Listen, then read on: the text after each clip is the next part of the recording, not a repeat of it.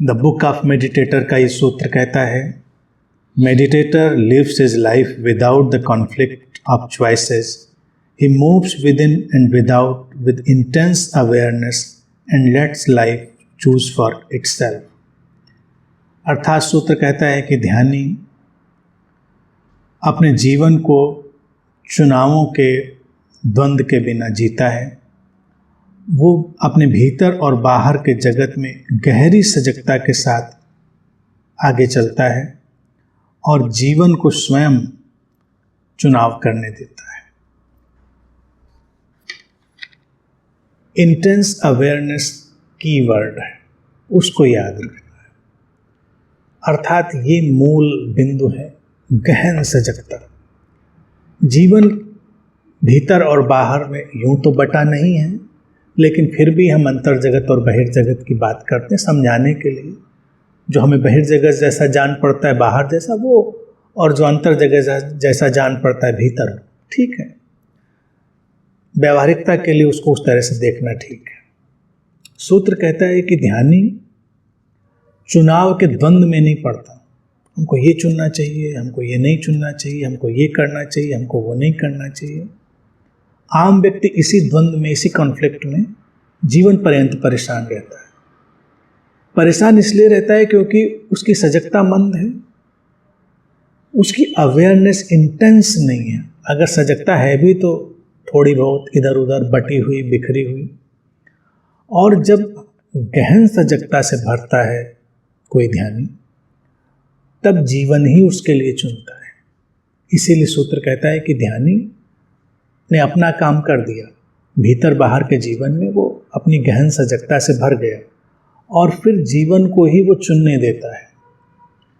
और जीवन हमेशा हमारे लिए चुनता है, हम ही उस चुनाव को नहीं देख पाते। और जीवन जब चुनता है तो वो हमेशा सर्वश्रेष्ठ होता है, क्योंकि जो ये जीवन की समग्रता है वो सब कुछ जानती है। हमारे लिए क्या होना चाहिए, क्या नहीं होना चाहिए, उसको पता है। हम अपने सीमित मन से, सीमित समझ से सोचते हैं कि हमको ये चाहिए, ये नहीं चाहिए। तो अगर हम जीवन पर भरोसा करें और चुनाव के द्वंद्व से, चुनाव की जो पीड़ा है चुनने की, उससे अपने को हटा लें और एक ही काम करें। काम जो भी भीतर बाहर कर रहे हैं वो करें। भीतर के जगत में मान लीजिए भाव हैं, विचार हैं, जो भी उठ रहा है, बाहर के जगत में व्यावहारिक क्रियाकलाप हैं, जो कुछ भी है, उनको जितनी संभव सजगता हो उतनी सजगता से हम होने दें, इंटेंस अवेयरनेस। और फिर जीवन हमारे लिए चुनेगा। जीवन ने हमेशा चुना है। हमको जब नींद आती है तो जीवन चुनता है कि नहीं चुनता है। हमारी नींद पूरी हो जाती है तो हमारी आँख खुलनी चाहिए, जीवन चुनता है कि नहीं चुनता है। अगर हम सोचें कि हमको जगना है तो हम कहाँ जगते हैं, जीवन ही जागता है, शरीर मन को सक्रिय कर देता है। हम कब तय कर पाते हैं कि अब शरीर थक गया है, इसको विश्राम चाहिए, जीवन ही उसको विश्राम में ले जाता है। हम अगर अपने पूरे जीवन को बहुत प्रेम से, शांति से और गहरी सजगता से ऑब्जर्व करें, उसका अवलोकन करें, तो दिखाई देगा कि सचमुच में चुनाव का हम तनाव तो ले रहे हैं, चुनाव की हम पीड़ा तो अनुभव कर रहे हैं, लेकिन जीवन ही चुने चला जा रहा है। और जब जब जीवन ने हमारे लिए चुना है वो सर्वश्रेष्ठ रहा है, सर्वोत्तम रहा है।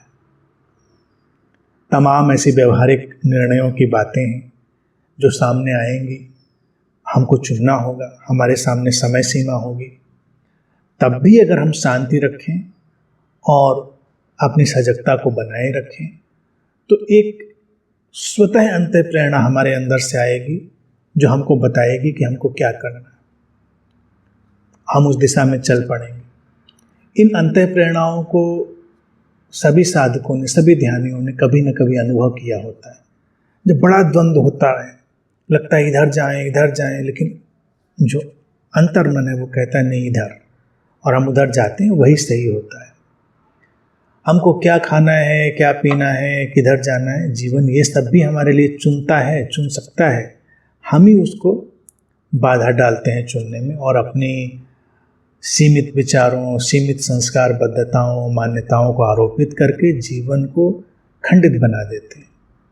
तो धैर्य के साथ थोड़ा चलें तो अंतर्मन हमको दिशा निर्देश देगा, चुनेगा हमारे लिए। कभी कभी एक रोचक बात भी होती है, मैंने भी इसको कई बार कहा है कि जब कहीं ऐसे मुकाम पर खड़े हमको तुरंत कुछ चुनना है और हमारी कुछ समझ में नहीं आ रहा है, सारे आकलन हमने कर लिए और सही गलत इधर उधर हमारे कुछ समझ में नहीं आ रहा है, तो बात रोचक सी है, लेकिन फिर भी यह है कि सिक्का उछाल कर फैसला कर लीजिए। हेड और टेल को देखकर जो भी मन में सोचिए, वो भी एक अंतर्मन और अंतः प्रेरणा होगी। लगता है ये गैम्बलिंग जैसा, जुए जैसा, लेकिन जब निर्णय तुरंत लेना है, तुम चुन ही नहीं पा रहे हो, तुम्हारे हाथ में कुछ है नहीं, तुम कांप रहे हो, तो इससे बेहतर है कि तुम अस्तित्व के ऊपर छोड़ो और अस्तित्व को चुन लेने दो, जीवन को चुन लेने दो।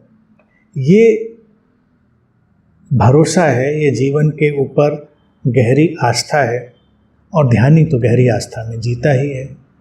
तो इसीलिए ध्यानी के लिए कोई भी तनाव नहीं है अपने चॉइसेस का, चुनाव का, और कभी कोई पश्चाताप भी नहीं है कि मैंने काश ये न चुना होता, काश मैंने वो चुना होता, क्योंकि वो जानता है कि वही चुना गया है उसके जीवन में जो जीवन चाहता होगा, जो अस्तित्व चाहता होगा।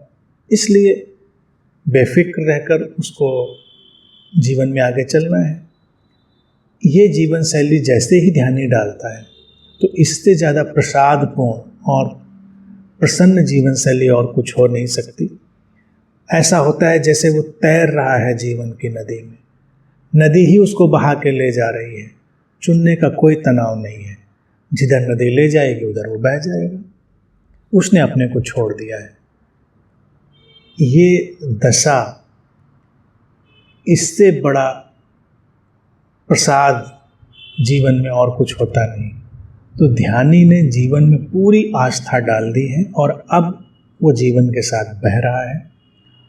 चुनाव उसके भीतर से स्वतः ही प्रकट होते रहते हैं, उनका कोई द्वंद्व और तनाव नहीं है, तुरंत उसके भीतर से प्रकट होता है और काम हो जाता है।